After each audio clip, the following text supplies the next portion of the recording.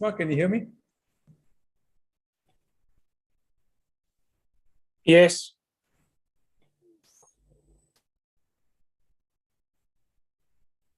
Can we hear Mr. Ray? He's speaking, but we can't hear you, Mr. Ray.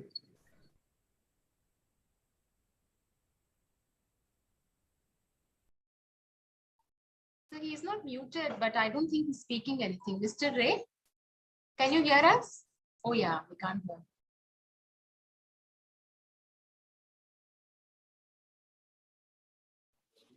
I think just let's just message or WhatsApp him or something. I mean, just call him maybe.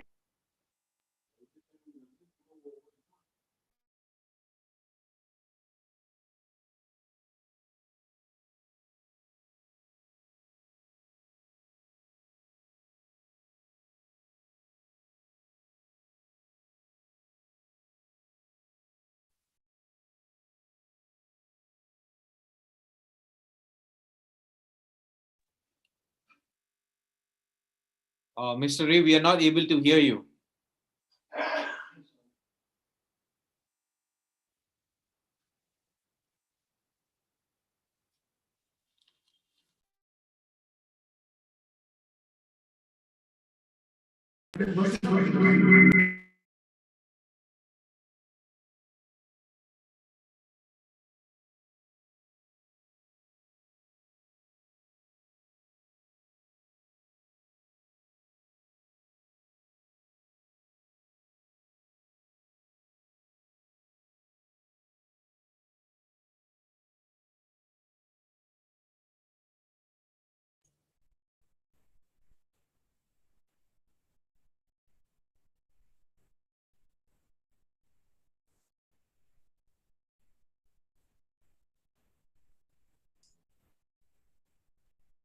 Nice to see you, Vipul.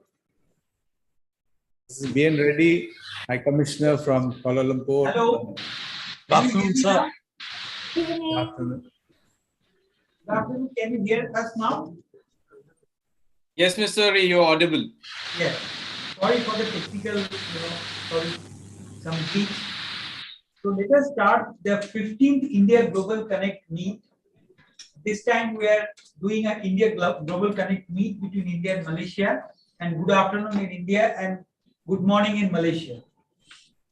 So we would be happy to introduce with you our High Commissioner, His Excellency Mr. B.N. Reddy, and we have with us from the Ministry of Commerce and Industry the Joint Secretary, Sri Vipul Bansal. Mr. Vipul Bansal is the Joint Secretary for the J&J division, and of course he has other portfolios, but I'll address him today from the J&J division, the Joint Secretary. And also we have on our side from the trade community a strong contingent, and also in the Malaysian side also we have a very strong contingent from the trade community. I'll just give you a brief of what is this concept of Indian Global Connect. Before on physical times, because when the COVID struck, we understood that taking delegations in different countries due to the restrictions in travel were not possible. So we invented this format by which the trade community between two countries interact amongst themselves and know more about the trade community of each other and how the exports are going, how the trade happens, how much we can collaborate and what are the avenues of collaboration. So this is the format where we are meeting today, and without of course we have a presentation after this, but without going into that, I request His Excellency the High Commissioner of India in Malaysia, Sri B.N. Reddy, to start this session of India Global Connect. Thank you very much, Mr. Sabsachi Ray, Executive Director of GJPC. Mr. Vipul Bansal, Joint Secretary, Ministry of Commerce and Industry of India, and my good friend. Nice to see you, Vipul, after some time. The Gems and Jewelry Fraternity in India and Malaysia, and I am seeing that the numbers are growing I think we have about 40 participants from both sides.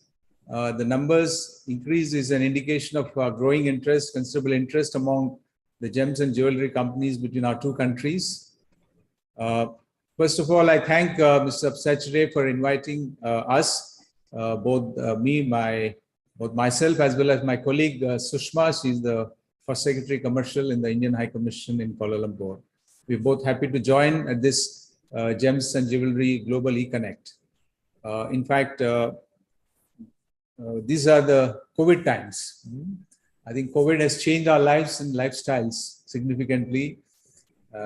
On one hand, we are more caring to each other within the family, but we are also finding ways to connect with each other globally.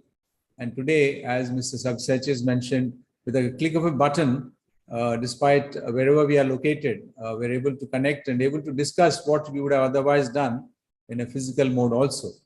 I'm not saying it is a substitute, but I think in the given circumstances, I think there is no better way than to remain connected by means which are very effective and productive. Friends, while there are several changes in the attitudes and habits, I believe there will remain few constants which are not prone to so much of change. And one of them is the personal preference for certain products. And certainly the gems and jewelry belong to that category. So irrespective of the, I would use the word, the climatic conditions or lifestyles, etc., these preferences for gems and jewelry type of items will remain. And I'm sure we will have to find ways to make this available to people who are in need of them, and all of them to be manufactured in a way that it is preferred. Friends, before I touch the potential for expanding the business engagement in gems and jewelry sector, which my colleagues, of course, from the GJ EPC will be talking about in more detail, allow me to touch on the India-Malaysia economic and commercial engagement. As many of you would be aware, but let me reiterate that this year, which is the 2022, would be an important year in our bilateral engagement. It is because it is this year, 65 years ago, we have established our diplomatic relations, and we would be celebrating in several ways that achievements, look back into what we have achieved so far, and see what needs to be done further in order to further strengthen this very, very precious and very vibrant relationship that exists between India and Malaysia. At the same time, this year also happened to be the India-ASEAN. As you know, ASEAN is the Association of Southeast Asian countries, 10 countries, of which India is a very, Malaysia is a very key member, is a founding member of the ASEAN. And with ASEAN, India would be celebrating its 30 years of development partnership. So in this context, let me mention also that Malaysia, within the ASEAN, would be serving as the key interlocutor for India on economic engagement. So this is where I guess the economic and commercial dimension would get further highlighted as we go along in the days and months to come during the rest of the year. Well, looking at the bilateral trade as such, for example, in 2021, it is certainly a positive indicator despite all the challenges that we have seen, the COVID-induced, let's say, limitations on both exporters and importers. Despite all this, the bilateral trade, according to the Malaysian statistics for the January to December last year, it was $17 billion US dollars, and it is a 25% increase compared to the previous year. And even in the Indian statistics also, which we will have them, as you know, in India, we follow the April to March, and I'm sure the numbers will very similarly reflect by the time we reach April. And more so, ASEAN, within the ASEAN region, Malaysia is the third largest, let's say, trading partner. And for us, you are also the 15th largest partner globally. So what it tells you, I'm sure this tells you a story that, you know, it's a relationship which is fairly comprehensive in terms of, let's say, purely the trade-related dimensions. And you are certainly very much integral part of this particular group, which is meeting today to look at the very specific gems and jewelry segment. Similarly, on the investment front, like Malaysian companies have invested close to $7 billion in several sectors, including a large majority is in the infrastructure. They're into IT, renewables, and you name it. They're in several sectors, both directly and also through the third countries. So then similarly, the Indian companies have also invested close to $3 billion. And I'm sure many of you would know, we have a very strong consortium of Indian industries in Malaysia. We call CIIM, which is led by Dr. Umang Sharma and his team. They are actually, it's a group CEOs of Indian companies based in Malaysia, and they're willing to look at promoting this investment as well as trade dimensions as we go along. So this is just to give a flavor of where we stand. The potential for obviously gems and jewelry, I think some of you are, some of our experts will speak, as I said, but you must know that this is one of the oldest industries in India and of course in the world. For India, I think it is, something very rooted in our tradition, customs, and cultural backgrounds. You could ask me a question, how do you know about all this? Well, I grew up as a child looking at my parents, particularly my mother, and then my sisters and my relatives. I think it would, any occasion that befits anything that to be worn, let's say elegantly, and I'm sure gold will figure. Diamonds, not necessarily all the time, but we are not so rich to have diamonds, but certainly a number of other aspects of our, let's say, the components which you talk about, they become very much integral part of the attire that Indian, let's say, Indian systems allow for. And, it is also the fastest growing industry in the world, but certainly in India. And I'm sure as we go along, you will dwell into some of the, let's say, more important business dynamics of how do we improve upon this particular aspect. In this context, I want to place on record the immense contribution of the Gem and Jewelry Export Promotion Council, of which Mr. Sabsachi is here, who is representing that organization in promoting this particular aspect. And if you look at it internationally, the demand for, let's say, the gems and jewelry, while it is growing, it is also not because the preferences and also the attitude, but more so because the technology is making a lot of difference. As I understand, this demand, for example, in diamonds is increasing from India. It is increasing due to the new technology to produce the lab-grown diamonds. I think Surat is the best example for having this kind of technologies and able to produce this. Similarly, I think 100% FDI is allowed in the gems and jewelry sector without any permissions. And I can go on like this. But what I want to stress upon here today is, on the bilateral context, still our contribution, I think what I understand is in this sector, Malaysia is close to $350 million worth of annual imports are there, but our contribution is less. We feel it's still relatively smaller. It's about $40 to $50 million. I understand it should, there's great potential to be increased. And I'm confident that today's meeting will contribute towards finding the greater, let's say, synergies, understandings, and also contacts, so that you are able to take this discussion forward and bring something more tangible and productive business at the end of the day. Friends, I am very confident, as I said, today's networking meet with the presence of the leading Indian gems and jewelry companies and a sizable number of Malaysian importers and manufacturers will be able to improve your contacts on a real-time basis. And with the new portals and IT-enabled services that are being offered from time to time, your connectivity can be a little more real and a little more in a quick manner. In the High Commission, we will certainly closely follow up on the outcomes of today's this virtual meeting through eGlobal Connect. And I'm sure we will be very happy to follow up on any suggestions, questions you have on either side. If, for example, our friends in Malaysia would like to have some more queries to be answered, please feel free to write to us. We will go through our Export Promotion Council and also the companies in India, so that you can perhaps organize those engagements in a more, let's use the word, having more accurate and more timely information. So I'm very confident that this event will help us increase. Let me set a target, and I'm confident that by next year, we can look at increasing this to $150 million, which is also a target which I think easily achievable. But of course, a lot of work needs to be done in identifying the sort of complementarities that exist between the two, let's say, companies from both Indian side and Malaysian side. With these words, I once again thank my colleagues from the Gems and Jewelry Export Promotion Council for inviting us. And I'm confident again that to look at this as a very, very practical and very, let's say, accessible way of doing business, and we'll be very happy to support this. Thank you very much. Thank you, sir.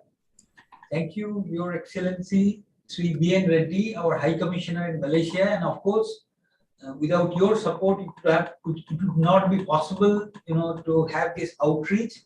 And I would like to specially mention, as you have mentioned, of Ms. Sushma.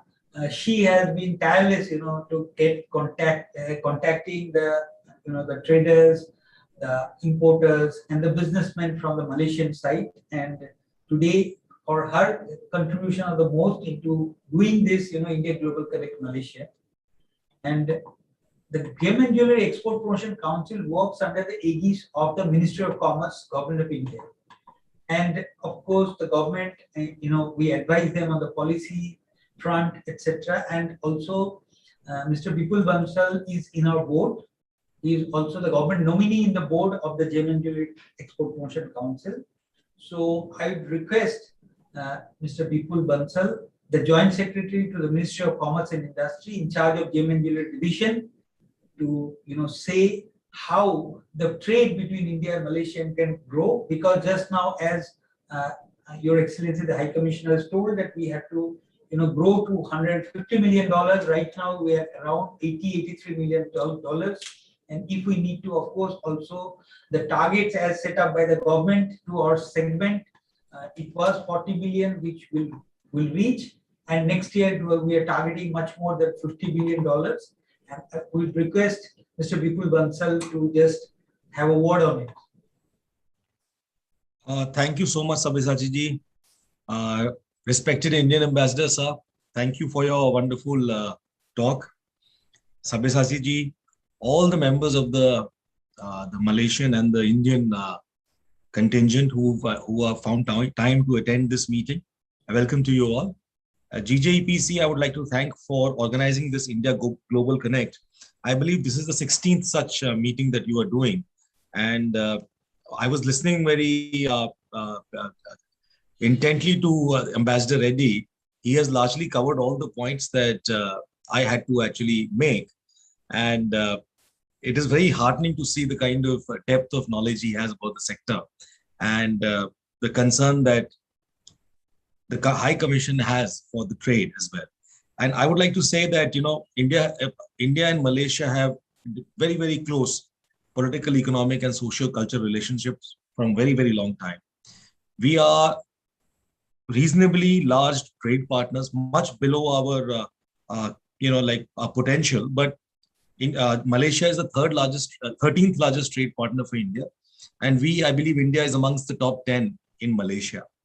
And one of the very heartening things is that our trade, both in total trade as well as in gems and jewelry, in these 9 months has far crossed the trade that for the entire last year. When I say 9 months, as Ambassador Reddy said, that we follow April to March financial year.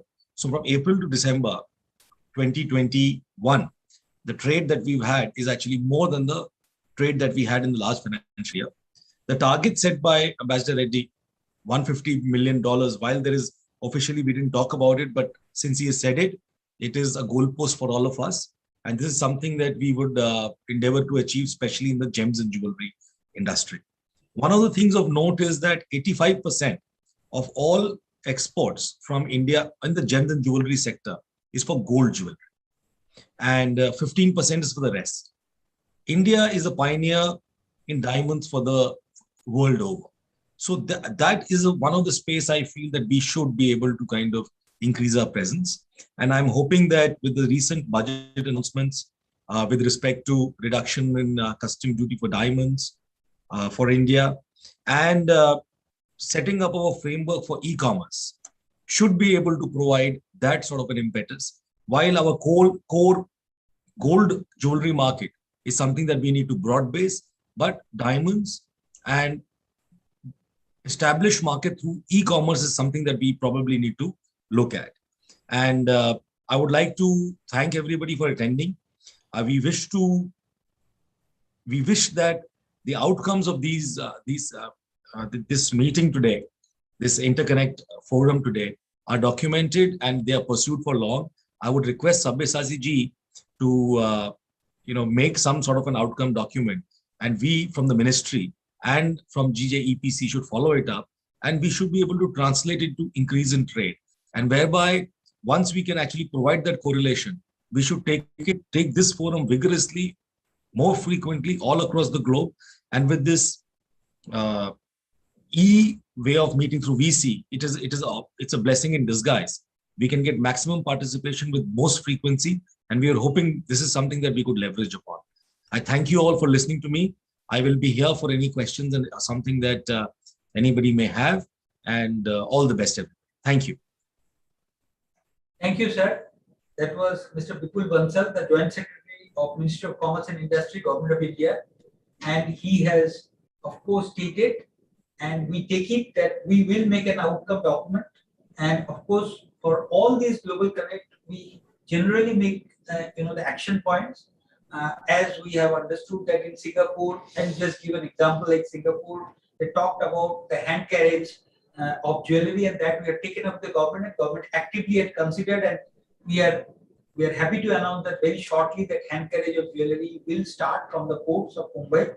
So this way, this is the right kind of forum, because here you have both the government arm, the Ministry of External Affairs, and also the Ministry of Commerce and Industry, and the trade of both the countries are getting the opportunity of putting their points also. Not only between them, they can discuss and come out with certain outcomes, but they can also, make a plea or can ask the government directly of our country, of the Ministry of External Affairs and the Joint Secretary of Ministry of Commerce, wherever they find that there can be some opportunity or something to be clarified. So with that, I will take you through a presentation today to just give you a background on what the discussion can take place. Where is currently the gem and jewelry industry of India is currently at.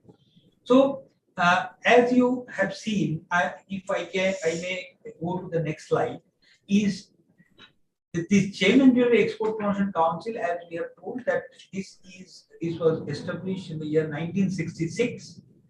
It was set up with the direct efforts of the Government of India and the trade itself. And between these 55 years, we have grown into many folds.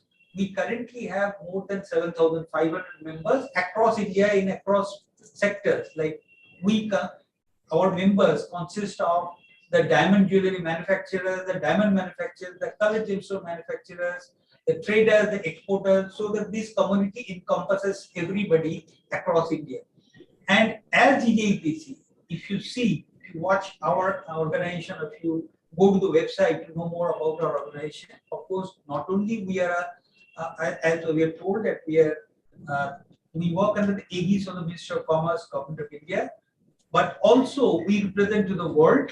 So we are the face of the industry to the world in terms of we are the Kimberley Process Import Export Authority in India. Not only the authority, we are also one of the founder members of this process, which has ensured that throughout this world, the conflict diamond, the eradication of conflict diamond can continue further. And as you know that today the conflict diamond percentage from its high amount of 10% of the rough diamond becoming conflict diamonds, today it is very, very minuscule, and it is much less than 1% also.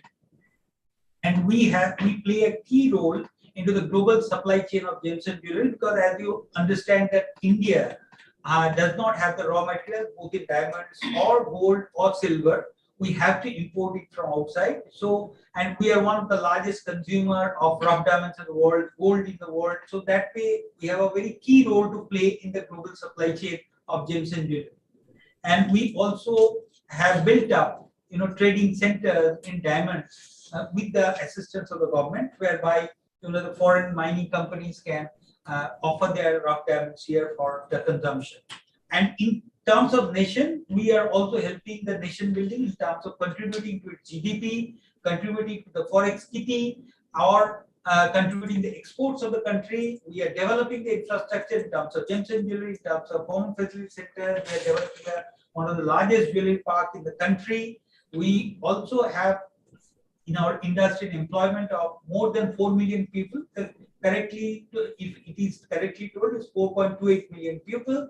And also, as Gem and Jewelry Export Promotion Council, work for the welfare of these workers in terms of medical schemes and other schemes for the workers. And trade, as we are right now sitting to promote the trade promotion we do not only through this kind of global meets between the trade community of both the countries, but we also participate in almost all the major international gem and jewelry fairs across the world. And of course, we also involve ourselves in resolving the trade disputes between our community and any other trade member in the world. We have a strong handholding mechanism with assistance of the government to help the MSME to develop their business, to develop their exports. We have more than 6 to 7 skilling institutes across the country. We have certification labs, and we also organize events. One of the largest events in India, maybe this part of the world, the India International Jewelry Show, is being held this month only from 18th of February. Next. So, where do our industry stand in terms of the gem and jewelry industry of India? Where do we stand in the world? As you see from this slide, we are one of the leading gem and jewelry players in the world. So in terms of cut and polished diamonds, we are absolute monopoly, cutting and polishing 14 out of 15 diamond set in jewelry in the world. We are having in this total world trade, 29.7% of the share of the world trade of cut and polished diamonds is taken by India. So we are absolutely the topmost rank there. In terms of gold jewelry also, we have 8.6% of the share in global trade. And so we are ranked 4th there. In silver jewelry, again 22% share in the total world trade of silver jewelry. Again, we are the topmost rank there. Colored gemstone, 4.6% share in all over the world. But in some category of colored gemstones like emerald or tanzanite, of course, they are also we are leaders. And in synthetic stones, again, we have a 21.7% share. Again, we are a leader there. So India has a very, very strong gem and jewelry industry in our country. Next. So how the strength or where from the strength comes? If you see the ecosystem, what has been built over the years, maybe in the last 4 to 5 decades, as our Honorable High Commissioner has just now informed you, India, of course, has a tradition of manufacture and wearing of jewelry for ages. However, in this, after our independence, we have also developed our industry very well. The diamond industry and the color gemstone developed with the support of the government very well. And also what we can boast, as we are traditionally a very great player in terms of consumption of jewelry. We have a very skilled workforce in terms of manufacture of gem and jewelry. Also, we have a price advantage in terms of the reasonable wage structure we are having. And we right now, this gem and jewelry industry has both traditional and the most advanced units also. If you come to our, let's say, SEZ, you will find the most advanced jewelry manufacturing units. If you come to Surat, you will find the most advanced, diamond manufacturing units, not only in India, but in the world.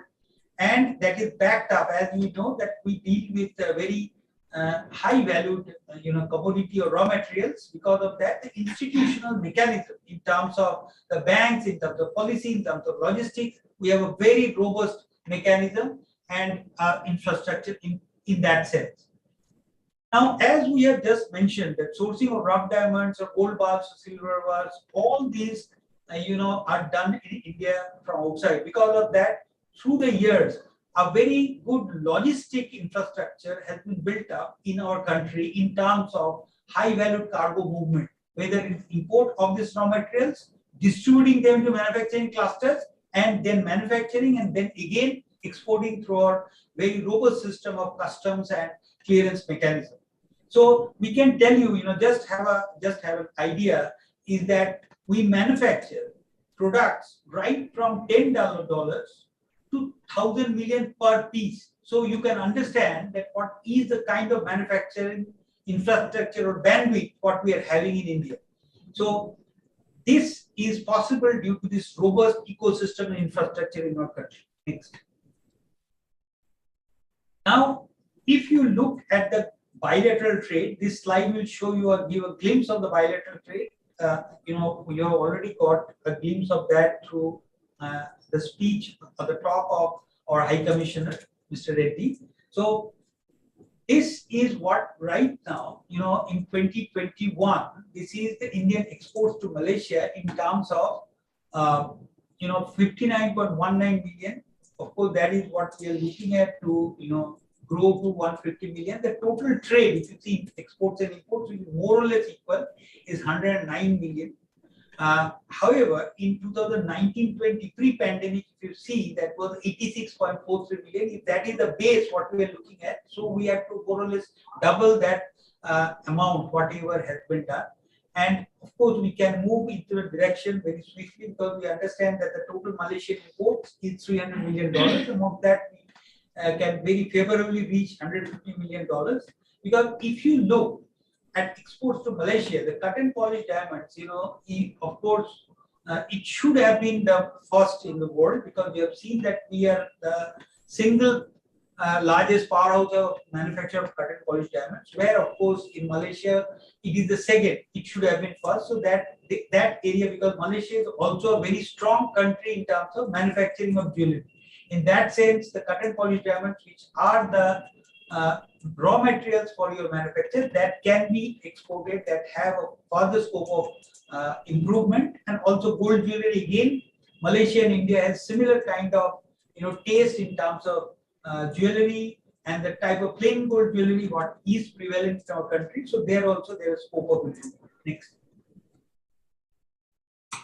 So this is, we have drilled down the figures about this exports to Malaysia and imports from Malaysia or to the world, etc. If you see, this drilling down has been done as per the HS code, and if you look into this, you will see that for every product we have given you that what is the exact rank in India's imports in Malaysia. So you can just now, as I was telling, that cut and polish diamond, the imports is 20.7% of the total imports, which of course in our opinion is low, because if you see the total worldwide, as we have explained, that 27% is the global average of imports from India. So in that sense, the cut and polish diamonds, it has scope of going up further.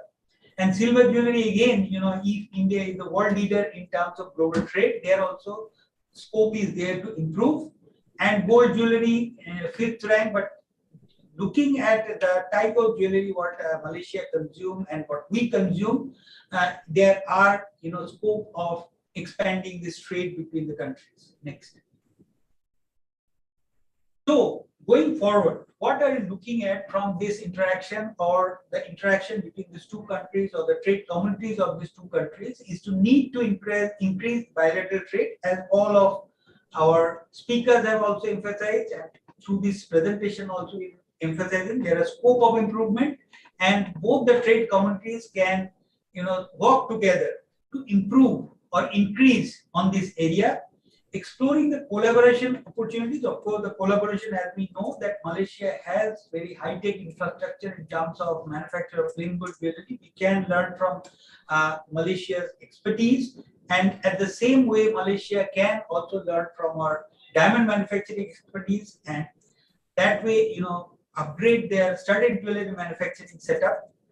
And information in today's world of digital world, this is one area, the data and information. There also there are a lot of scope of sharing between both of our countries, and in terms of participation in trade shows of both the countries. Just now, as I've told through this presentation, I will also explain that how and what type of events we are doing where the Malaysian trade can also participate.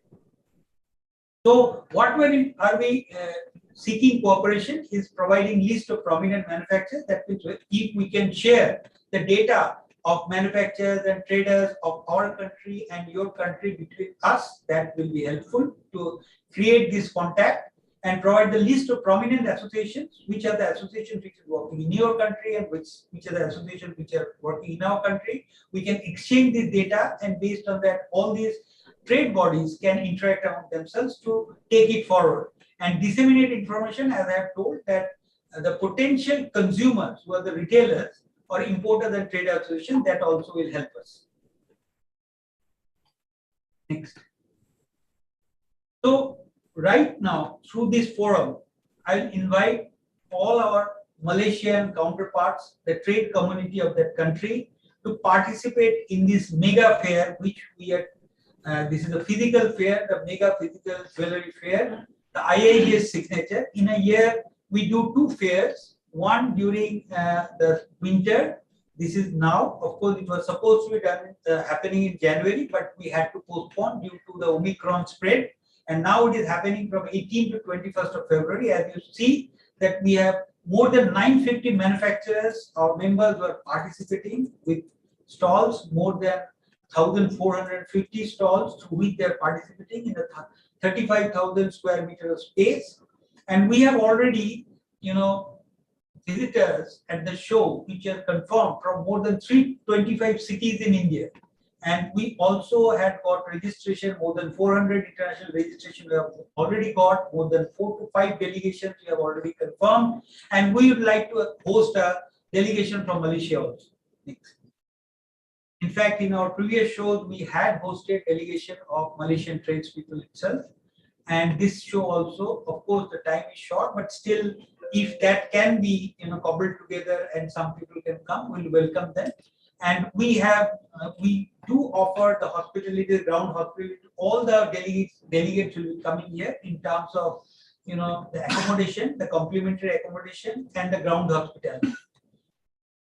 So these are the salient features, as I have just now told, that you can always download the badges, but in any case, if a delegation is coming, we'll be assigning concierges who will coordinate with you to see that your visit to India will be facilitated. And what are the product sections in this exhibition, mega exhibition? Of course, we have gold and gold CZ started jewelry. And we have diamond, gemstone, and other studded jewelry. We have also a silver jewelry section and artifacts and gifting items. We have machinery section. We have loose stones. We have laboratory and education. Of course, as you will see if you come to India, that in terms of lab-grown diamonds, India made a substantial progress, and a lot of our players now are cutting and polishing. Not only cutting and polishing, they are also manufacturing lab-grown diamonds also. So that will be a revelation if you come this time to this fair. Next. So beyond this, if you may not be, because of the short time, for some people it may not be possible to come at this fair. We are doing only for foreign visitors. This is a very exclusive show we are doing to our city in Jaipur. Jaipur is known for their cutting and polishing prowess in colored gemstone, and also as a city, as we know, this is a city of the Rolls, and also a very good tourist city to visit. We are holding the India Gold Jewelry Show in Jaipur from 10 to 12th of May 2022. So if you miss this fair, I would request that you can bring forward or bring a delegation of tradespeople from Malaysia itself, and we'll also host you there. So the key features of that fair is that we are having very exclusive 300 booths with around 200 of our exhibitors, and 800 of the international buyers will be hosting there from Asia, Europe, Middle East, Oceania, Russia, CIS, UK, and USA. These are the countries, and that also fair is also supported by the Ministry of Commerce, Government of India.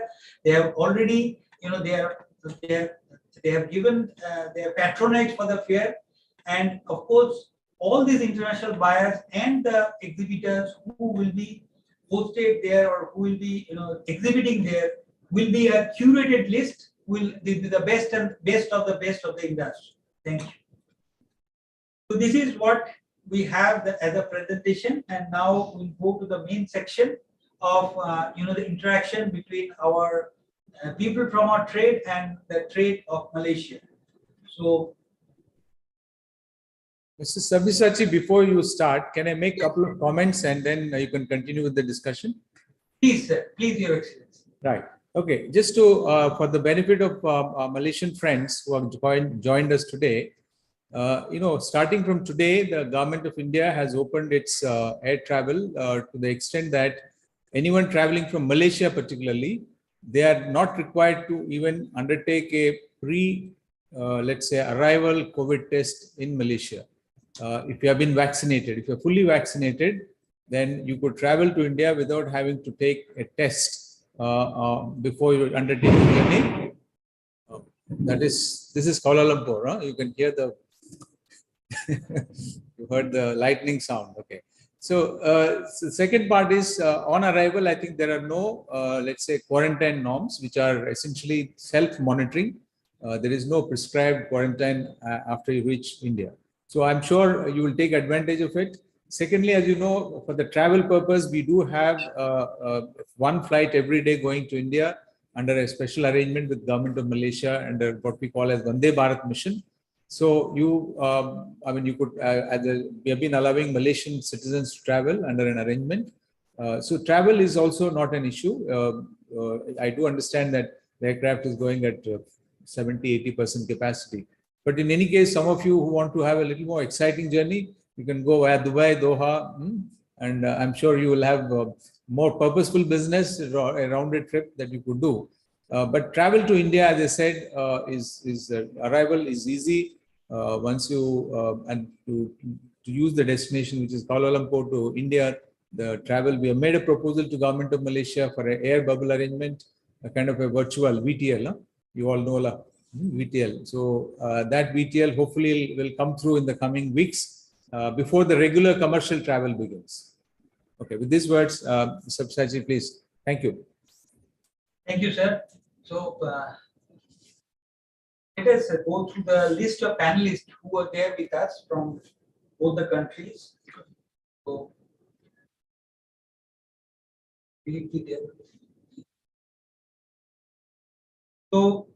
we have the panelist from Malaysia, Mr. Chan Kau Hui, who is from the auditor of the Federation of Goldsmith and Jewelers Association of Malaysia.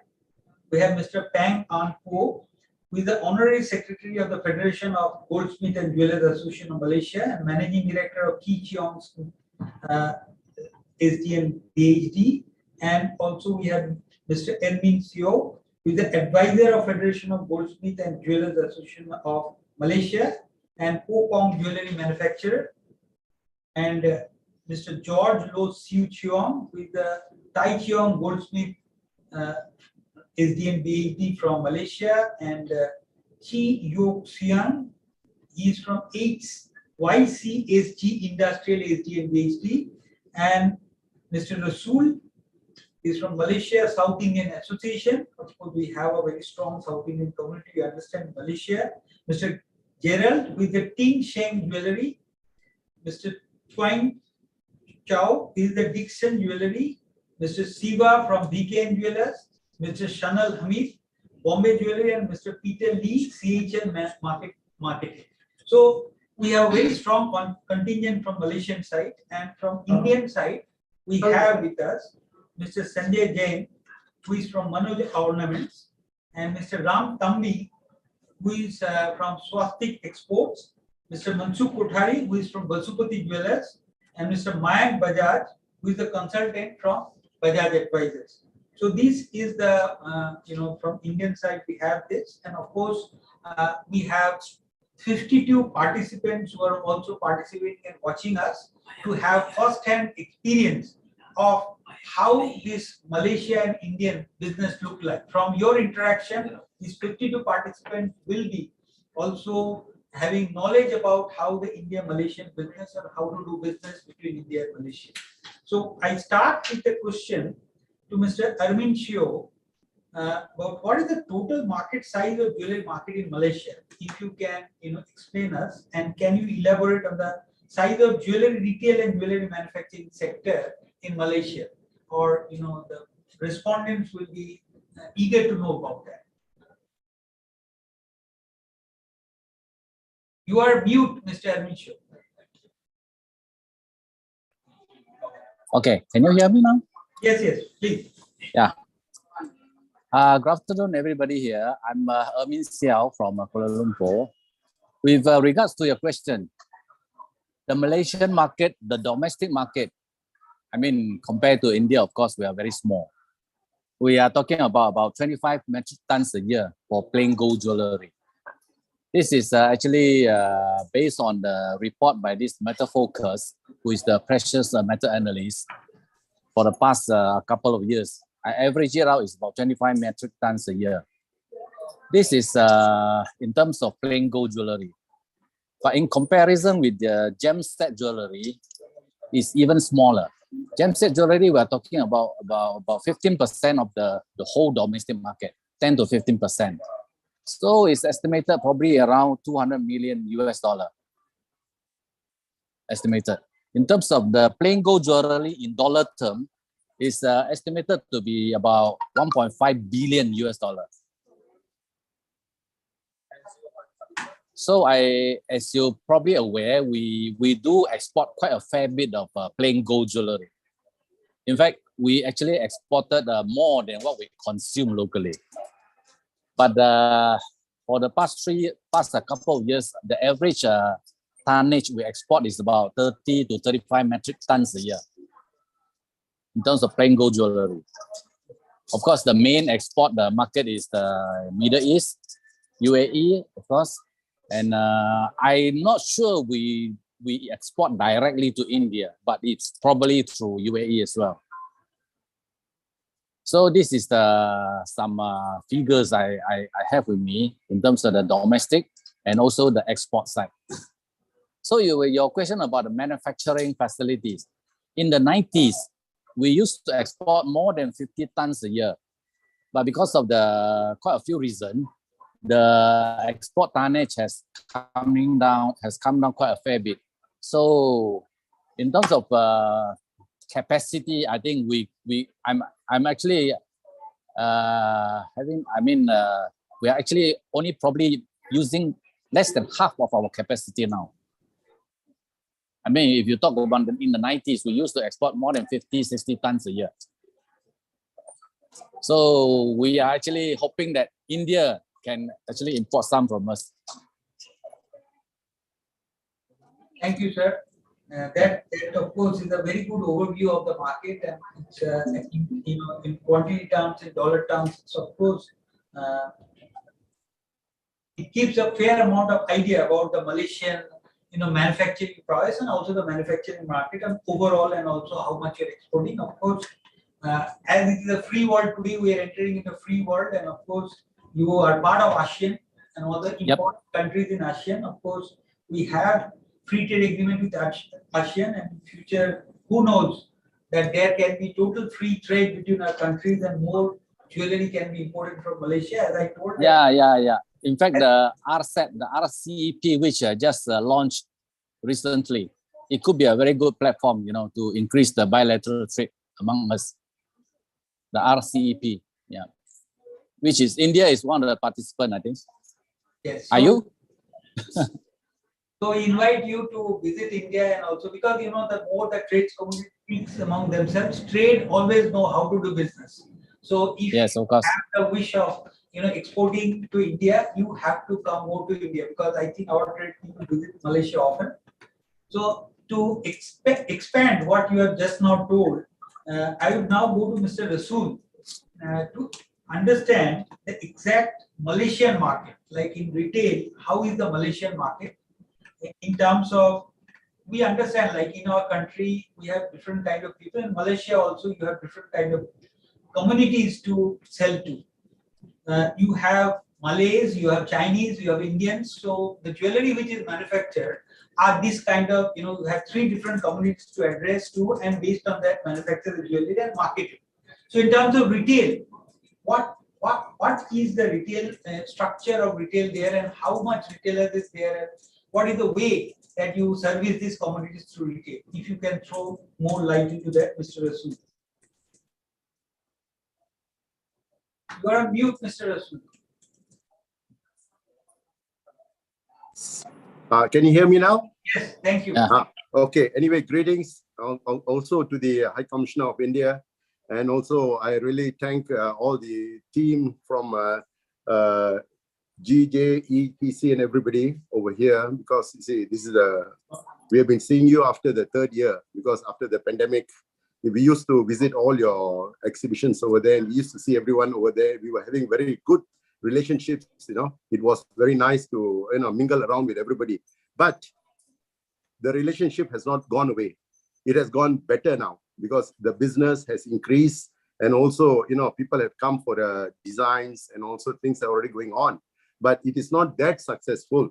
But now what we can see now is we can see more stores, chain stores are developing in all countries. Like, for example, even in our local country, we see that many shops have been opened, jewelry shops have been going on. So there's a reason why one way of increasing the jewelry market to make it healthier. That was one thing. But when you take our Malaysian market, now the Malays who were not so aggressive in jewelry have already come in. They have also come in to buy, and not only buying, they also have opened their own outlets. So the designs have already been spread now. Not only from India, we also have got local items, many manufacturers who have developed themselves to cater the Malay market. The Malay market is getting healthier now. It is easy. If we take a record of just 10 years back, it was not that good on the designs and also on the shops. Now the shops have been developed, and the stores, the chain stores have already started their shops. Even your Indian 2 or 3 major jeweler stores have already opened in Malaysia. They're very successful. They've been developing themselves in every area. So that shows the jewelry industry is not now going quiet. It is now increasing. It is now going a bit violent now. That is very successful for us. To continue and to have the relationship, I think throughout our life, or even in the future, thousands of years, our business will never go down, because our big brother, our blood is from India. And you see, we also support the Indian jewelry, and we have been doing the Indian jewelry. And we have never lost the traditional, customary way of doing the jewelry work. But here, what we can find now is, the problem is, we can develop and we can be doing the business better than this, but there is a problem with the foreign workers. You know why? We are based on the culture, based on the traditional work of doing the, to cater our local tailor-made items. So there we find a little bit of difficult, because our workers are mainly from India. 70% of our workers, employees are all from India, trained from India as goldsmiths, and also the frontliners who are also trained as they are from the jewelry or goldsmith generation, who know what to deal and what to take orders and all these things. Those people are already in the red now. We can't get them. They're already gone back, because the government only allows for 10 years to work here. After 10 years, they have to go back, and they have to come back within the age of 45 years old. So it is already lost. So when that problem solved has become to a very big, huge headache now. So we are finding a way. We have been fighting with the government, even together with our Chinese, associates over here. We are also having the same problem, that sometimes people wants to do something, we are not able to cater their jewelry and things and all that. So here we find that to develop more, to gear up the whole thing, I think we have to set up and do some indications or get an alarm with the government to get the workers to come into Malaysia to work. That's one thing, one problem. But now coming back to the export items, we are still satisfying, and we are also bringing a lot of items from India. And now I think by the grace of God, after the doors are open, all the borders are open, we are going to jump into India, or India will, all the suppliers, the manufacturers are keen to look for us. And we are supposed to go on the 18th of this month. But what happened was, suddenly we see the number of cases have been increased. All of us are alarmed. And I myself sitting in the house, I don't want to go out. These are the things happening here now. So we are now finding a way. Once things are settled, they're going to support everything. And I hope that the Indian High Commission will also look into our workers' problem, and also to cater and to increase more and to support to the both countries. Because you see, when you look into the history of about 10 years back or 20 years back, we were nothing. We were not been doing the Indian jewelries at all. And today, after the India and Visa, we have been collaborated, and the designs are also coming from there, and we also manufacture over here. And we are the local domestic market is getting more healthier, and the demands are getting higher and higher. The only thing is we can't get the items here. Another problem is this, that you see, the small retailers who are already have openings, it's like small rural areas, we can't expect a huge store to be there with a capital of 100 kilos or 50 kilos, even 80 kilos over there, small areas. Those people, who, in my association, I have about 250 people, members with me, and they have about 120 of them are already in the middle line. The remaining are all below than the middle level. Those people, when they go to India to purchase, they are only can go up to about 2 kilos. Within the 2 kilos, they will take 10 of the shops, 10 of the stores, the stores over there. They'll select the item. They can't make one and one each and on bills over there. There's a problem. I think I highlighted with one of the president over there that one time, that tried to get us some way to bring those small items like below the 2 kilos or below, because the costing of freight charges, the insurance and other expenses, they trigger them to about 83% of their costing. So if they purchase for 95 to 97, and they got another 3% inside that, we can't make the profit over here. After coming here, not every item will be sold all overnight. See? It has to be another 3 months or 4 months on the road. So these are the things where we find difficulties, and we have to find a way for them. If you can do that, I think that'll be a very good kickoff for the middle type of the jewelers, who can go over there and do their sports, sales and all these things. But I was also been guided by Mr. Surya Narayanan, one of your officer over there, and also Mr. Vikran. I spoke to them, and they gave me an idea. They told me that you can put up an office over there, or you can have one of your stations over there and just link over to your association, and you can just bring it over here. But end of the day, what will happen is our government is also looking into all our export item bills and everything. The moment they catch us, they are looking at where did this item went away because of the AMLA problems. The government, the Anti-Money Laundering Act. That one, the Bank Nagara, our Reserve Bank of India, is watching every amount of things happening over here. We have been also been called, 2 or 3 of our members went over, and they've been discussing with them. They couldn't come to an exact conclusion. You know why? Everybody tries to avoid the expenses as lowest as they can. You know why? Indian items has got a fixed amount of 97%. If you manufacture over here, we can end up with 935 or 930. Can you get me, Mr. what I'm talking about? Yes, I can exactly understand, Mr. Rasul. The term what you are using is exactly our terms of. Yeah. So, okay. So what happened is those things have to be sit and talk and finalized for my members. This is what we requested by my members to highlight it at the meeting. And secondly, our Malaysian market will never go down forever. It will be an evergreen with India and Malaysia forever, because we have your color and you have our colors. We will collaborate and we'll do the maximum best business. That's what I think. And also, I also come, highlight to our High Commissioner to open, some special, any sort of passport problems or any workers' employment problems to come up and raise for us, because for the past 7 to 8 years, they've not been called by the High Commissioner. But we have been called them, we told them a lot of other issues going up, because sometimes in this industry, as you know, the risk is very high, because every goldsmith at 20 years back, the drawer of it will be worth about I think US dollar about 3,000 to 4,000. Today, a goldsmith is worth about more than 100,000 ringgit, which is half a kilo of the jewelry, so that he will do the manufacturing. But sometimes, everywhere we have risk, they may be escorted. So when we have this problem, my members in my industry for the past 10 years record, we have got about 15, 20 cases escorted. So those cases, when we take up the issue through the police, it doesn't end up. But we just write off, because we don't want to make it a big mess, because we want workers. we don't have problems. Because through the workers, we have been doing the business for the past years. Because we are in this industry, even my family in this industry is more than about 100 years over here. So we don't want to tarnish all these things, and we just sacrifice everything and we are walking around. So here, what we suggest is, for the next future, we have to open up our doors, because you say, as you said, there are many developments going to happen. There are many things, a lot of in this industry, many things are developing in a better way, and also there are other scam ways.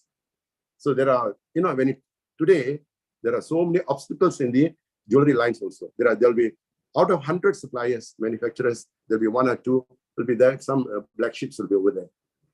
So I hope we are here to continue with a very great success. And I hope that we will also have the collaboration with you to continue our business in success. Thank you. Thank you, Mr. Rasool. That was very, very informative. And, you have, I think you have marked the right problems, the right issues, because what you are talking about, the same kind of issues are also faced by people of our country. So we exactly understand what you were talking. So it is a host of issues. What we will do, we are right now, recording this program. We'll note it down, and I'll write to you that this is what you have mentioned. So once we, zero down on the issues what you have flagged off, and we'll try to see that how these issues can be solved. And I am telling you that for Gem and Jewelry Export Promotion Council, you can always write to us, because one of our jobs is to see that the trade between the two countries, that both the trades people find it easy to do the trade, and whatever maybe the impediments into that way of trade. Of course, as you are seeing that both the government representatives from Ministry of External Affairs and the Ministry of Commerce is there. They're the main one who work with the government to see that the impediments of the trade is obliterated. So we will take it up with them, because we exactly make it the government understand in terms of how the business happens. Because for the government, sometimes it is a bit, as you were just now telling that PMLA is also a huge thing in our country. So how it will be implemented, where the right kind of people can do the business without any impediments. At the same time, from the government side, how that right kind of people can be identified and the right kind of business can be done. Those rules can be promulgated. That also is being looked. So in that area, Gem and Jewelry Export Promotion Council helps a lot. So we will work further on whatever you have flagged up 1, 2, 3, 4, and of course we'll do a bilateral, maybe sometime a meeting, or if you come over, we can have a bilateral talks, and based on that we'll sensitize our government, and you may also sensitize your government, and through the High Commission we can work with that. So I like to add in one more thing. Special thing is that this meeting should continue every year, so that we know what's really going on and how to improve our network. Why sometimes we don't engage any meeting for the next 3-4 years, there'll be a big shortfall. So even by this, now we have got a very good system of having a Zoom system. We can hear, everybody can be on their own country, saying we can have a small meeting, and we can just rectify our networks, and we can just carry on to the further, better, successful things. No, you are absolutely right. As you have heard our Joint Secretary telling that we have to have an outcome document of what exactly has gone through this meeting, and based on the outcome document, we can always make an action plan that the next meeting, when it will happen, and what are the things we'll try to come back with that. So this is how I think we'll go forward. And this meeting is helping us to understand those issues, and how to tackle those issues we'll be devising through these meetings. You are right. We not only in 1 year, let us see that based on the outcome document, what will be the next action plan and when can we meet. We will create a forum, 100%, Mr. Rasool, because both our countries, as we have heard that just now what Mr. Arvind Shaw has told, is exactly that your country and our country is similar in both aspects. Your plain gold jewelry, as you are telling, that 15% of your market is only studded jewelry, and rest of 75 to 80% plain gold jewelry. It is same in our country also. The same thing is happening here also. So when characteristically both the businesses are same, both the manufacturing and the products are similar, why not expand this business? Both of us can combine together to have better markets in other parts of the world. All these things can happen, and we can work into that. So let us move to our, Mr. Sanjay Jain is also part of our exhibition committee. So Let us hear from Mr. Sanjay Jain. He is also a large exporter from our country of plain gold. So let us hear from you that what is your experience about exporting to Malaysian market, and what is your experience about the Malaysian market, Mr. Sanjay Jain, from the Indian side? Thank you very much, and Salamat Dangte to our Malaysian counterparts, and good evening. I will just brief you a little back how business has happened between Indian exporters. So we were participating in many Hong Kong jewelry fairs, and we could see Malaysian buyers coming over there and buying the jewelry over there, and it would have been taken care. But on a bigger note, as we spoke and we understood from the we have understood from Rasulji and other members that we need to understand the designs from Malaysia. We need to develop so we meet their requirement and we grow the trade. There have been exports happening to Malaysia via free trade countries as well, sir. The data what seems very encouraging. We see more than 7% Indian population and the Chinese population in Malaysia around 22%. If we have a proper approach, the growth, there is a big scope in Malaysian market for the Indian exporter, because we have trade skill, we have trade artisans, we have very skilled artisans in our country. And the biggest challenge, what sir has told, we are losing this artisan, and our council is doing a lot to retain this artisans, and we are supplying handcrafted jewelry very well. Malaysian market has been sizably increasing, and we have seen the flow of the Malaysian jewelry in UAE market as well as Indian market, which was very well said. To increase the export from our side, and the challenges is what Rasulji has told very clearly, a merge export. If we can figure it out, how we can give them a merge export when their delegation comes, and we can see if it works smoothly, then day by day, first it will be a small one, and then little more bigger and more bigger. This is how, sir, many companies, when they do yearly 4 Hong Kong trade shows, they source their raw material, they buy from 15, 20, 30 vendors, they merge together and send an export. Something this platform would happen will give a big boost. And once the jewelry, see, I'm a retailer as well as exporter. Once the counter has the stock and it gets sales, the system directly peaks and there will be more and more trade happening. That's all I think. But I would also say we are having a very, very big jewelry park coming over here. We are having too many. The government of India is concentrating on skilled artisans. We invite Malaysian manufacturers to look at this avenue if they are facing challenges. We make very fine jewelry, and while exporting in IIJ show also, we have seen many visitors coming, understanding the marketing. They are saying to export at a venue, and then it's been taken care.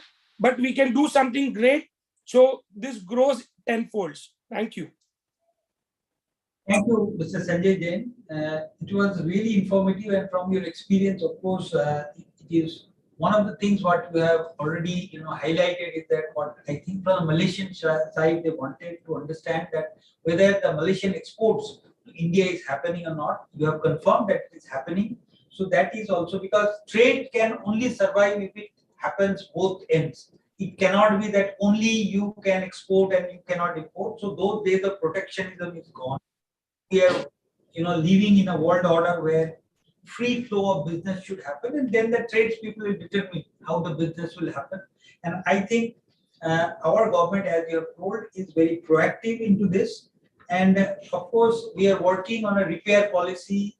You are talking about this composite, so that can also work in this favor. So let us see how it pans out. We are working on this repair policy, and also how to expand these free trade agreements. On these both fronts, we are hopeful that if it pans out properly, then between these two countries, the trade can survive. So I think somebody has shared these. So then I would now like to go to Mr. Peng Ang Po.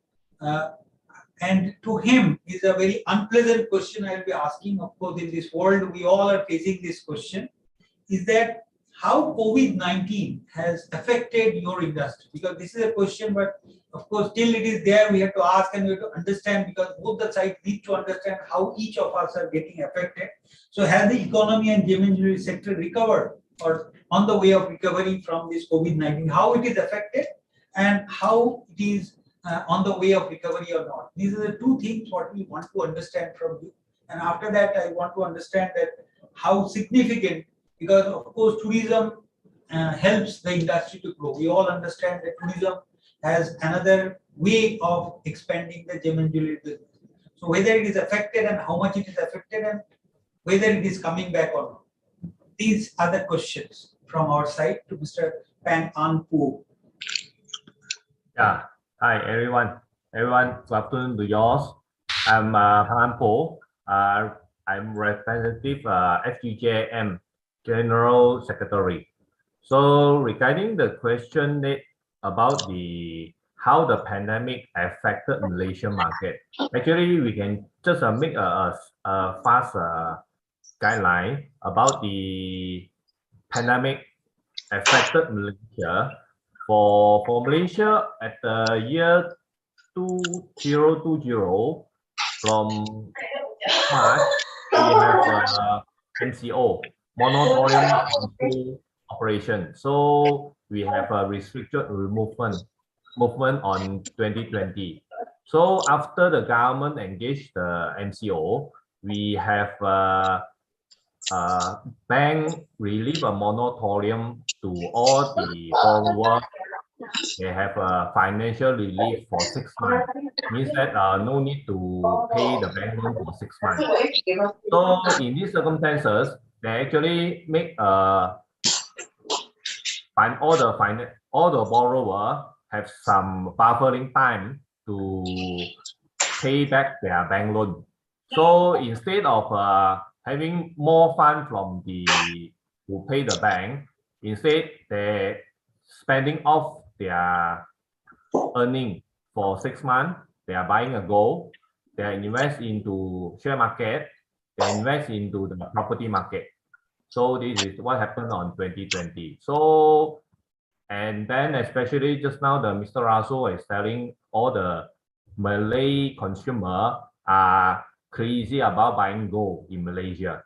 So mainly all the Malay, Indian, and even those Chinese also really like about the gold jewelry. So since they have extra money, and then also government is not allowed all the tourists to come into Malaysia. At the same time, the Malaysian also cannot travel out. So mainly their money is stay back at Malaysia and spending in Malaysia. So this condition is actually stimulate the Malaysia economic booming up, maintain all the money in Malaysia. They are just money is circulating in the market. So from actually this pandemic start from 2020 May, we have slowly recovering from the pandemic. Then in our gold and jewelry industrial is starting booming up, having a very good turnover start from last year May. So until the end of the year 2020, they're having this confirmed positive people will be starting create from the pandemic. So from January of 2021, we have a more positive confirmation. So until 1st of June, we have the second time of MCO. So in our industry, for the jewelry, they start from 1st of June until 15th of August, 2.5 months. Is not allowed to operate, including manufacturer, including retail, is not allowed to open. So in this 2.5 months, we actually, our association are getting a lot of members complaining we need to reopen. But that time our positive figure daily is 20,000 people. So people at that time is not vaccinated and not having any vaccine on it. So people are still observing what actually is going on. We have no idea what is going on. So after since on the 16th of August, our industrial has been declared can be reopened with condition. So means that customer base will be full vaccinated. Then all the factory will be 60% operating until 80% operating. So from that on, also the government starting off a selective moratorium policy. So means that whoever at the B40 and M40 is able to apply to the bank to have no need to pay off the finance for 6 months. So until January of 2022 for 6 months is at the same thing as 2020. So people are getting more money to spend on that time because they can just stopping the pay off the loan. Then at the same thing, these expenses will be booming up at the jewelry market. But since the 1st of February, they start to need to restate the financial. We have observing time to see what is happening going on since this pandemic is still going on in a high positive figure for 20,000 daily in the past 1 week time. This is what happening to Malaysia about this pandemic in affecting our industry. Thank you. So, sorry, about the tourist issue. Actually, Malaysian market are mainly 95% are targeting and 22 carats gold jewelry. So because of the content of gold is higher, so the market is actually target on Asian country and South Asia and Middle East. So since it's a limited content of gold in the market, so mainly our manufacturer are exporting all some demand to the UAE, just like Mr. Omin earlier telling. So, and then about the tourist demand, because Malaysia actually is not one of the jewelry tourist spot in Southeast Asia. They are actually prefer going to Thailand and then as well as going to Hong Kong. So in these circumstances, is for the tourist business actually is not a major sales or for our industry.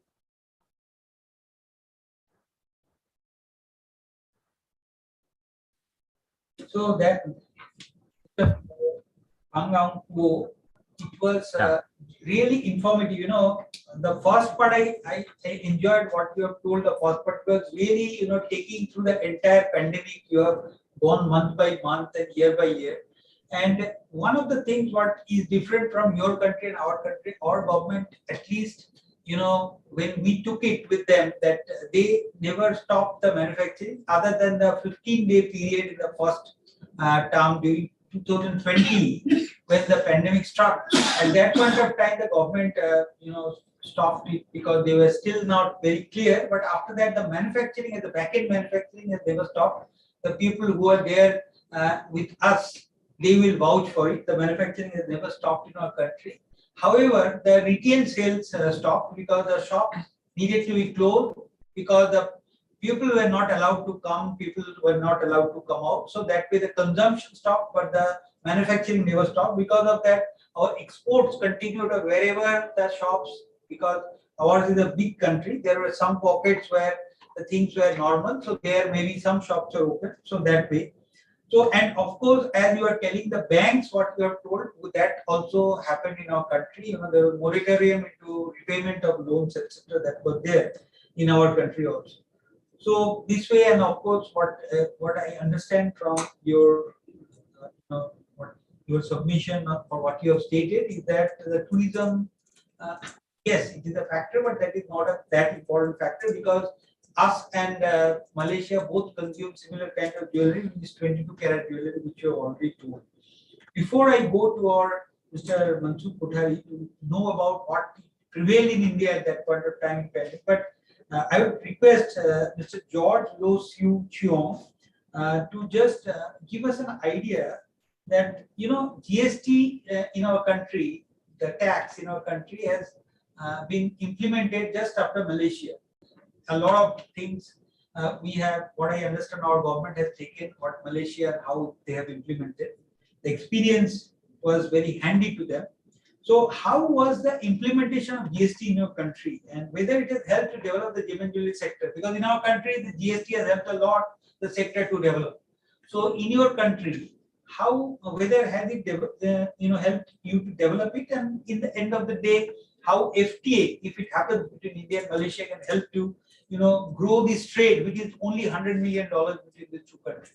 These are the two questions I would like to ask.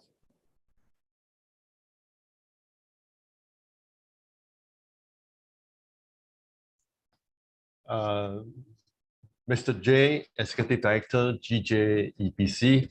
Good afternoon, everybody. I'm George Lo from Penang, the Taichung Gold Swiss Sdn Bhd. I'm also the chairman of Penang Gold Swiss and Jewelers Association.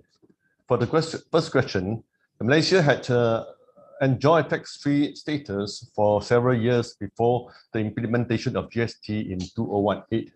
How much labor tax region helps the country to develop its gems and jewelry industry sector? For my answer, in terms of raw materials like gold, silver, and gemstones, yes, that may help to build the industry and flourish for decades. Since the abolition of the exemption of gold import duties, and since in the 31st October 1983, and in 1st January 1987, the government relaxed the regulation of gold control and the gold region-free trade status. Since then, from in our industry, before that, it's almost all cottage-style industry, gold industry in Malaysia. Since then, the industry changed to medium and large factories in Malaysia. And also, since that, there's a few factories become big enough to listed in the KLSC in that decade, like in the late 80s and 90s. But in 2012, the Malaysian government further relaxed the import duty of gold jewelry. That means there's no duty on all the jewelry imported to Malaysia. That's open free to everybody, and any top centenary can import jewelry to Malaysia. But this is actually, for consumer, it's good, but for our industry, it will jeopardize and hindrance the development of our industry, because it's this set up a very keen competition. And in the usual way for the government to protect the home industry and impose some taxes or duties to not to obstruct the competition. But in some way, for the importers who can be re-export some of the items, there's a good for some importers. I see. So in the second question regarding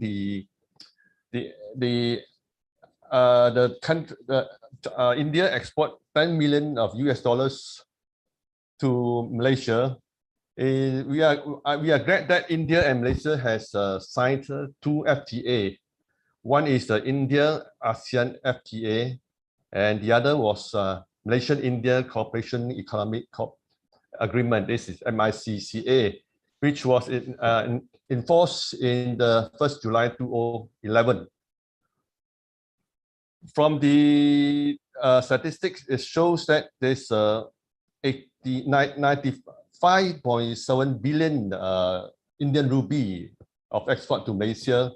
Actually, this figure is quite huge of a percentage. You know, it equal to Malaysian ringgit is 3.29 billion, or US dollars 78 million US dollars. But in Malaysia, last year the export from Malaysia is 5.5 billion Malaysian ringgit. Therefore, the export to Malaysia is 3.294 million. It's quite a lot of a figure, I see. As you say, actually some of the jewelry come from India. It's not direct from India. Some are via Dubai. In fact, I think quite a sum of volume of Indian jewelry came from Dubai. Is indirect sent to Malaysia. So I wish to the Indian government to relax some the import, even though there's a FTA agreement among Malaysia and India, but I suppose there's some restriction of import jewelry to India, export jewelry to India. That I have faced this problem a few years back. Since I've been exporting to India in the 2014 because of this FTA, the MICCA, but it only done for only 6 months. Then the Indian government start to stop, to block this trading. I have a few customers in India. So thank you very much. Thank you. Thank you, Mr. George. That was, you have taken through this taxation system very well. It has given us a very good understanding that how, and one of the things what at least struck me is that, the journey of Malaysian jewelry industry with that of Indian industry is similar, because in India also, the jewelry industry, the manufacturing was a cottage industry. We are also graduating from that cottage industry to a organized industry. Till now, a large segment has not graduated into organized industry. They are still a cottage industry. But of course, the studded jewelry sector in certain segment has already become a very modern industry, or the diamond industry has also become very modern, or colored gemstone studded jewelry. So that way, a section of our industry has become a modern industry, but still the cottage industry exists in lot part of India in terms of plain gold jewelry. And what you are telling, you are right that in terms of Malaysia imports, they have done away with the duty of import of jewelry. We know that there's a free trade. Without free trade, the import of jewelry into Malaysia now is free, duty free, whereas it is not in India. And I understand there was a time when the free trade agreement existed, you're right, for 6 months. And after that, of course, see, this free trade agreement between the countries, I can tell you that should come with certain kind of responsibilities. We can discuss it when in bilateral, then we can discuss it further. But right now, this, of course, we have limited time, so here the discussion cannot take forward too much. But I can tell you that this free trade will be a better option to give, preferential status to another country where the market exists and the preferential status to your country where the market does have.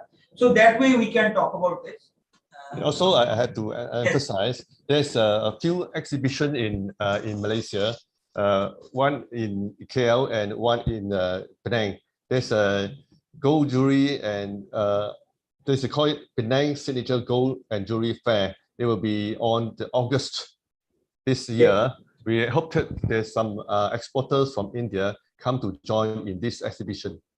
If you would like to some information of that later, our secretary will pass you all the information regarding this Penang Gold Signature Gold and Jewelry Fair in this coming August. Yeah, thank you. Of course, thank you. That we will be exploring. And of course, previously also we explored once, but that was too late. Right now you are telling August is far away off. We can always, disseminate the information to our members, and we can try to mount some participants are pavilion, their Indian pavilion can be always worked out in Penang. We'll work with you. That is so kind of you. And also we request you also to come, because if your manufacturer also should come. I understand there are high duties, there are issues, but you come once there is demand of jewelry, then of course automatically it will improve, because this exchanges with jewelry is very important, because in our sector you understand that jewelry samples cannot be sent, isn't it? So you have to come with the jewelry to show the people, then only they will understand what kind of jewelry manufactured. Same is true for our country. We utilize the opportunity, and we also request you to participate in our exhibition to show your kind of products, so that the consumers who are coming here, they can always understand. And for your information, I bought some machinery from India also. In the past few years, I have bought a few machinery from India, made in India one. Really, I have a good support of Indian machineries. Yeah, that's good. And also we request the Malaysian machinery also come here, because technologically you have also done a huge strides, what I understand. So this, this exchange, this India and Malaysia, what we are doing today, I think this should, as it has been mentioned by Mr. Rasool, it should increase. So because both the industries are, complementary, we have to exist together, and then we can always go forward. This is what I understand from the discussion. I request Mr. Mansukh Kothari, he is also part of our board, and he is also a very strong plain gold jewelry manufacturer. As you are just not told, he deals with the cottage industry of our plain gold jewelry manufacturing. So I request Mr. Mansukh Kothari, he is also a large exporter of plain gold jewelry, that what kind of developments, as we have just now heard, that we have heard pretty kind of things what is happening in Malaysia, and what are the development that is happening in Malaysia. So if you can also give a glimpse of what are the developments and the future developments what we are looking at in our industry in India. You are Jamil. Yeah. Good afternoon to my Indian friends, and good evening to all my friends from Malaysia. Thank you, Edie. I think Indian gem and jewelry is going to transform change. Several developments are taking place in terms of change in product range designs, infrastructure development, technology advancement, and trade enhancement. Returning to change in the product range, manufacturing of lab-grown diamonds taking a strong position. This can be understood with the fact that the export of lab-grown diamonds is increased manifold, surpassed $1 billion in the current last 9 months. It is because of the rise of demand in the lab-grown demands in the various countries like USA, Hong Kong, and UAE. Silver-studded jewelry and platinum jewelry are the other commodities which have emerged as the thrust areas in export of Indian gem and jewelry markets. In regard to the infrastructure development, we are coming up with a world-class jewelry park. It's in the Mumbai region. It's 21-acre land. The India Jewelry Park, it's the first of its kind integrated gem and jewelry industrial park with manufacturing units, commercial areas, residence for the industrial workers, and commercial support services.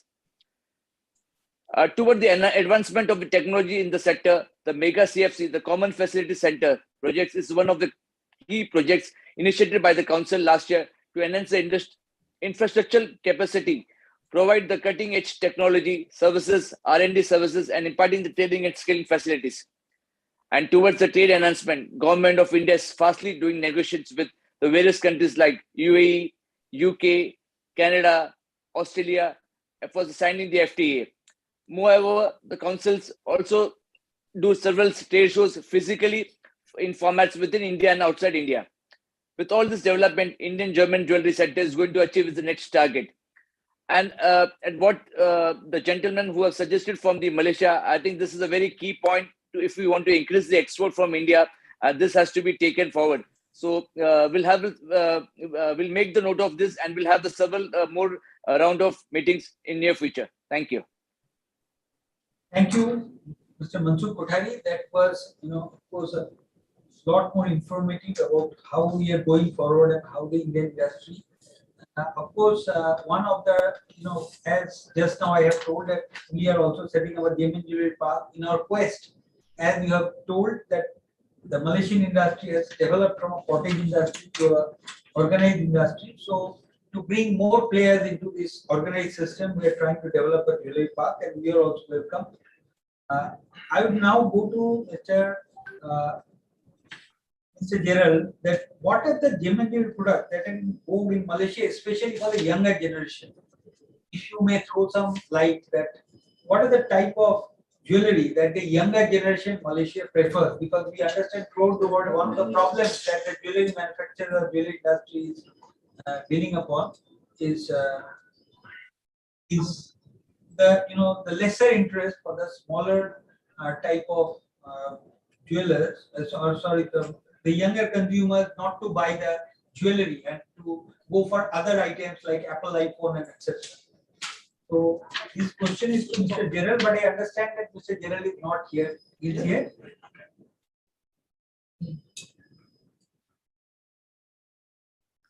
So if Mr. Gerald is not there, can I ask this question to Ms. Twin Cho?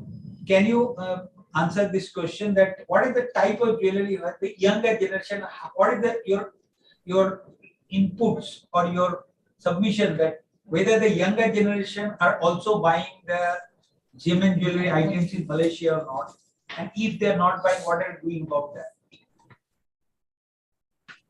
Good evening to all. Actually, for Malaysia, our total population is about 32 million.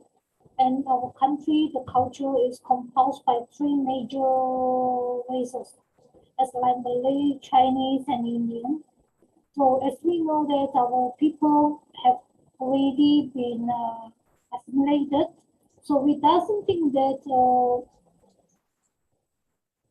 our thinking is we are Chinese and we must buy for Chinese style jewelry, and insist that probably we will buy other brands from overseas, or we most frequently travel and we buy from other countries. So for us, like mostly we have thinking like this. And the thing is, and some of the jewelry we might bought it wired to buy, and we are not direct import from India. And what we are doing is also the same export. We are wired to UAE, Middle East, and wired to India. We are not direct to go there. But the thing is, when I bought from tools or some of the machinery, I will bought direct from India to Dubai. And I'm not sending back to Malaysia. So probably if we say that the Indian market is in Malaysia is not too big, as we are assimilated. So mostly during this for the pandemic year, and our local people are moved to support for local industry sector.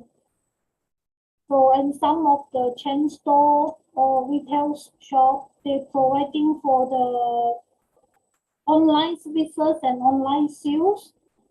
So it's good for booming Malaysia manufacturing sector. Thank you. Thank you, Madam. So that of course throws some light that what are the what are the market for Indian jewelry in your country and whether it can develop further or not.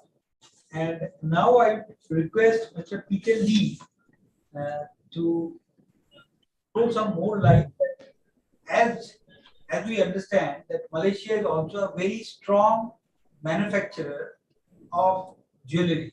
So in that sense, cut and polished diamonds, as we have mentioned, is a raw material in terms of manufacture of jewelry. So where we find that Malaysia, of course, have their own 15 to 20% of the market, and they also export.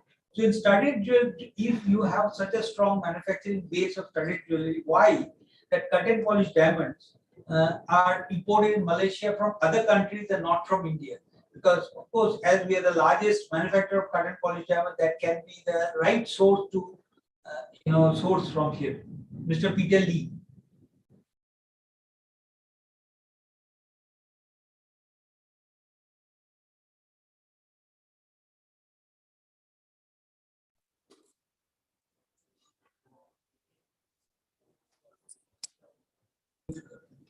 Mr. Lee, you are on mute. You are on mute. You unmute yourself. Good afternoon to all. Good afternoon. Okay. Our company is jewelry mostly is plain gold jewelry. So for this what you mentioned one, we seldom do. So the market, though, I have no comment on that. But most of the manufacturing of gold jewelry we are exporting to UAE. That's still 5%. Then, but now due to the pandemic scenario, our sales have dropped more than 50%. So we are now concentrating on mostly is a local market. Of course, we still have the intention to explore to not only UAE or even other places also. But then you'll see how we can go about. But for the question you mentioned, I have no comment on that. That's all. Hello. Hello. Hello. Yes, hello. Yes. Yes, Maybe I can help to answer this question. please, Mr. CEO. Yeah. Yeah. You see, the question you ask is why we buy from other places instead of buying direct from India, because India is one of the main polished diamond producer. You see, most of our gems and jewelry retailers or even wholesaler, they visit Hong Kong show, maybe 2 or 3 times a year. And I believe quite a lot of your Indian major polished diamond producers are there as well. So we actually buy from Hong Kong. One of the main reason is convenience, and also is tax-free. There's no tax problem. Yes. If from direct from India, I don't know. It's probably will involve some tax problem. Yeah, that's one of the reason. Yeah. So I understand this. Hong Kong is nearer to you. It's easier to transact.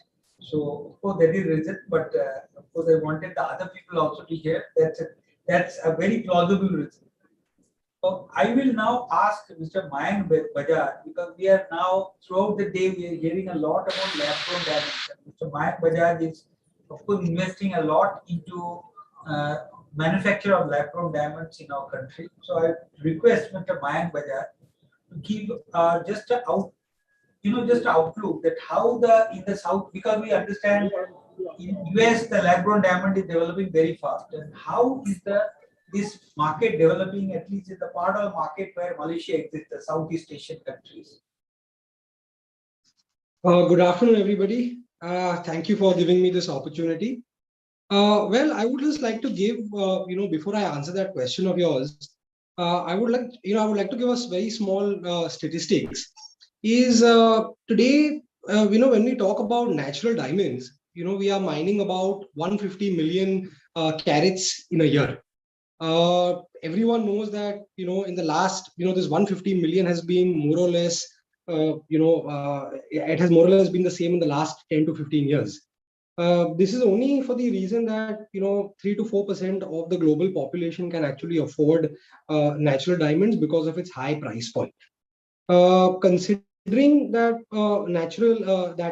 lab-grown diamonds will be cheaper by 60 to 70%, we expect at least 10 to 12 or 10 to 15% of the global population will be able to afford lab-grown diamonds.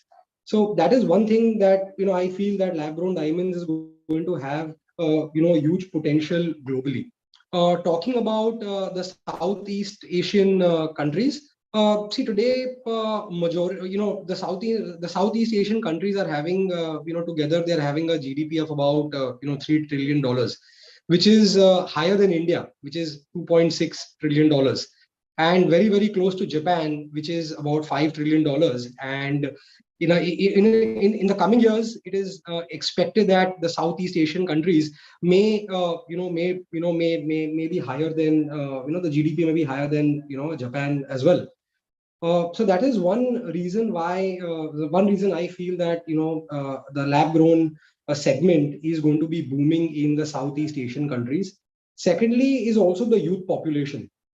Today, about 25% of the population in the Southeast Asian countries is all below the age of 18. So that is also a second factor which will play a very important or a vital role in growth of lab-grown diamonds. Coming to the second part of the question, the scope of Malaysia and how we feel Malaysia is going to play a role in absorbing lab-grown diamond jewelry. So at least when we talk about exports from India, of the total number as mentioned by the other speakers in this presentation, we have grown from about $64 million to about $85 million in the coming year, of which about 92% in fact is gold jewelry. So considering that particular segment, since Malaysia is more inclined towards gold jewelry, I personally feel that lab grown, considering the price point not being as expensive as real diamond jewelry, will itself have a huge potential in that particular market. Thirdly, the last point is again, it's a very interesting fact that the GDP per capita of Malaysia and China is more or less equivalent at about 10,500 US dollars. So considering all these three factors put together, I feel there's a huge scope for lab-grown diamond jewelry in the Southeast Asian markets, including Malaysia. Thank you very much. Thank you, Mayank. That was really informative regarding the lab grown, how it is developing and where it can take us. Of course, this is at least in India, we are looking this as a sunrise business and sunrise export sector because the way the market is developing. So that way we are doing a lot of things in India. We hope that the Malaysian side also can look at it as a viable business. We would now like to ask Mr. Chan Ka Hui, Mr. Shi Yok Xiang, who is there, to just understand, because throughout the world it is the digitization. Wherever we are sitting now, right now, we are meeting because of the digitization of the world. So in the jewelry industry, how the markets are developing, how we are marketing, a lot of things are happening today through digital means. So in our country also, government is thinking about a viable e-commerce policy. So I would like to understand that has the online gem and jewelry sales or the digitization has gained traction in the Malaysian market? This question is for Mr. Shi Yok Xiang, if you are there.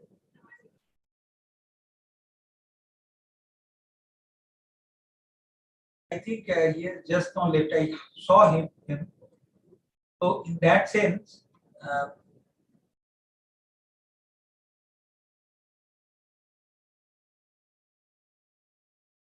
if Mr. George Lo Xiu, can you answer this question?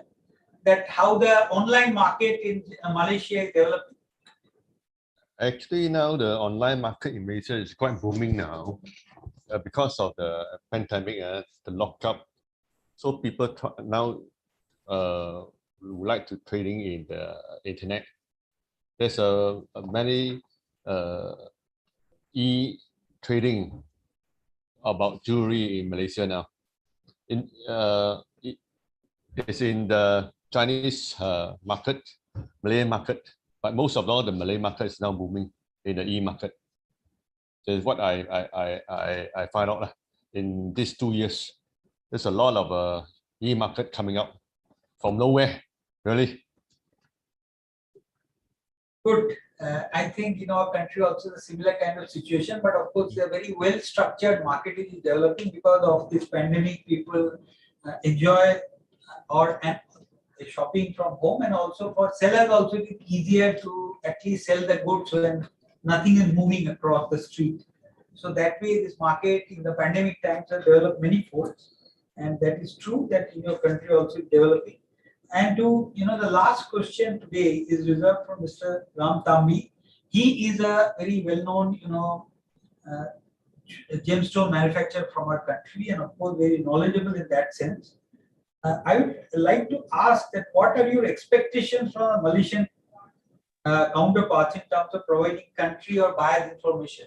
So just if you may throw more light into this, because Thank you, Mr. there was a very good interaction, and from the interaction also, if you can take something and also tell, that is also welcome.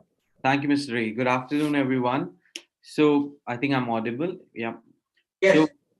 So I think from past 2 hours, I think we have heard a lot about the two countries, about how both the countries can improve their trade, talking about taxation to plain gold export of jewelry.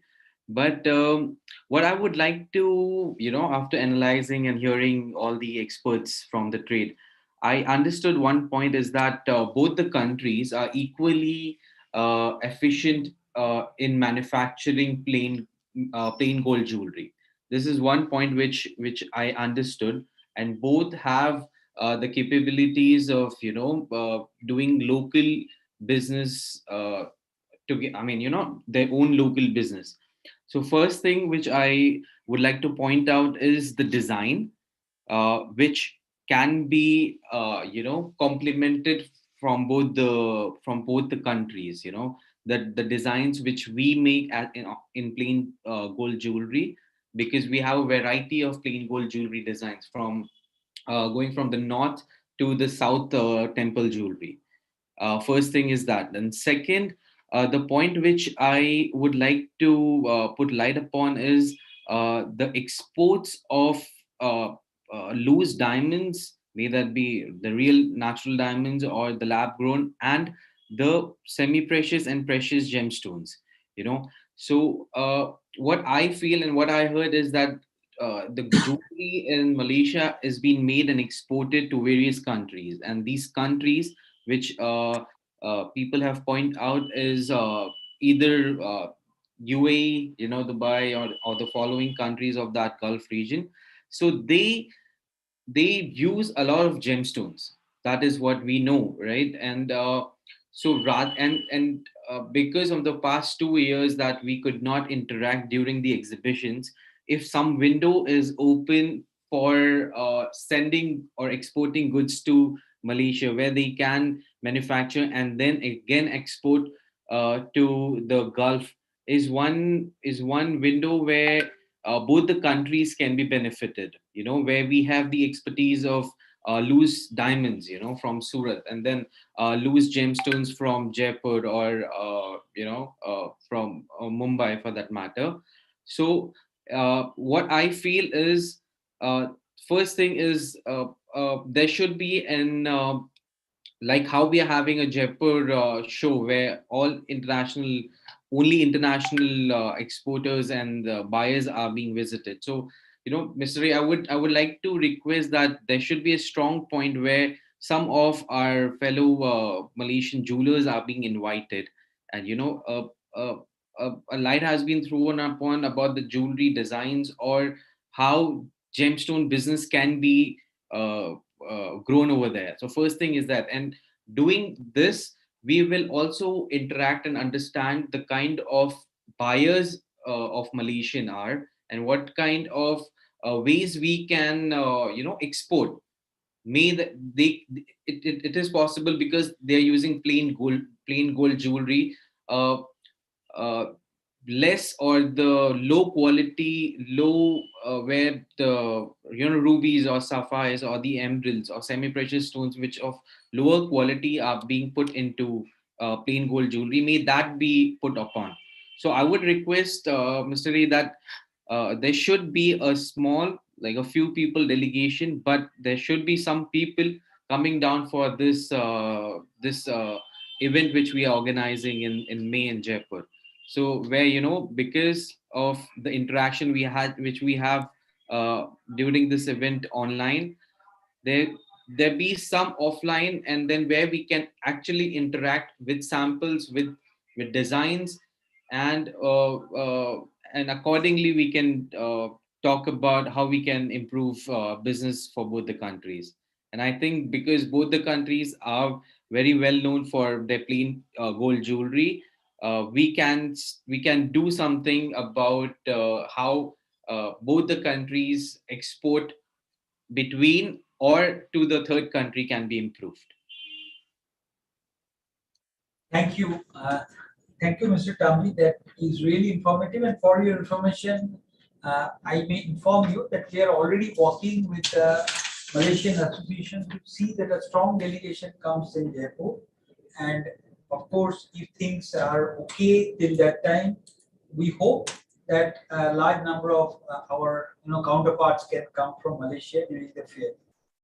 So today there was a very good interaction between Malaysia and us, and I think that I would like to thank profusely the embassy, the Indian embassy in Malaysia, especially our High Commissioner, His Excellency Sri B.N. Reddy, and also I would equally like to thank the First Secretary Commercial, Ms. C. Shushma. She is still there, and thank you, Madam. Thank you so much. For taking all the pains into organizing this, and as you can see that this was really an interactive forum, so where both the counterparts are looking forward.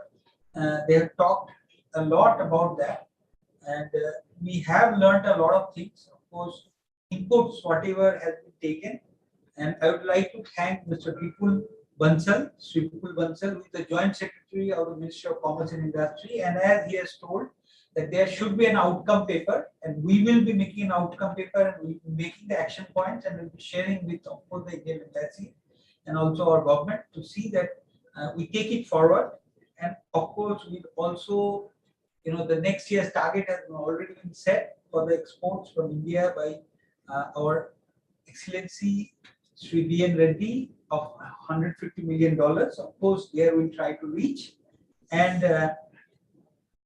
a big thanks to the Federation of Goldsmith and Jewelers Association of Malaysia and their participation into this forum, into the India Global Connect between India and Malaysia.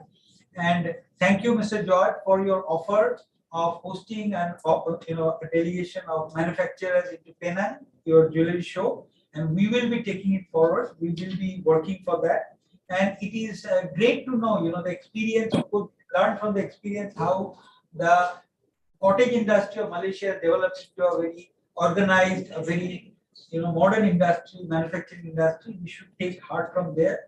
And thank you, Mr. Rasool, for your informative discussions and what can be done to expand this trade and what are the impediments into this growth. And again, we will work wherever you are talk about the workers and their issues. We will be taking it up. And Mr. Ermin Shaw, your absolute that whatever you have talked about the market, that the exact expanse of the market of $1.5 billion of plain jewelry and around $200 million of studded jewelry. So all these things are really will help us, our people, or both the trade side to understand the market better. And as we have all told, and our Mr. Sanjay Jain also mentioned, and Mr. Tambi also mentioned, we will take all these issues forward in future also. And if we have nothing to say, we can close this interaction today with the permission of our host, the Indian High Commission in Malaysia, and also our Minister of Commerce and Industry. Ms. Shushma, you have to say anything? Sure. Thank you so much, Mr. Ray. It was very useful and such specific and pointed remarks from all the traders from both the sides. The idea of having a panel, it is something we are doing for the first time. Normally, we have everyone participating and have a presentation. This, I think, curating it with pointed questions, it would give time for all the traders to share their vast experience and knowledge about the sector. So it was a very wonderfully organized and thought through initiative by Gems Jewelry and Export Promotion Council. So I compliment you for that. And High Commission of India here in Malaysia, look forward to work with the council and with all the traders on the Malaysian side. I thank the Federation of Gold and Jewelers Association of Malaysia, Penang Goldsmith Association. I'm glad you have represented the association. I think Penang Goldsmith Association is the oldest association of gems and jewelry in Malaysia. That's what I had read about. And Mr. Rasool for representing the Malaysian Indian Gems and Jewelry Association. We look forward to continue to work with you all and to meet the targets set by the High Commissioner. Thank you so much. Thank you.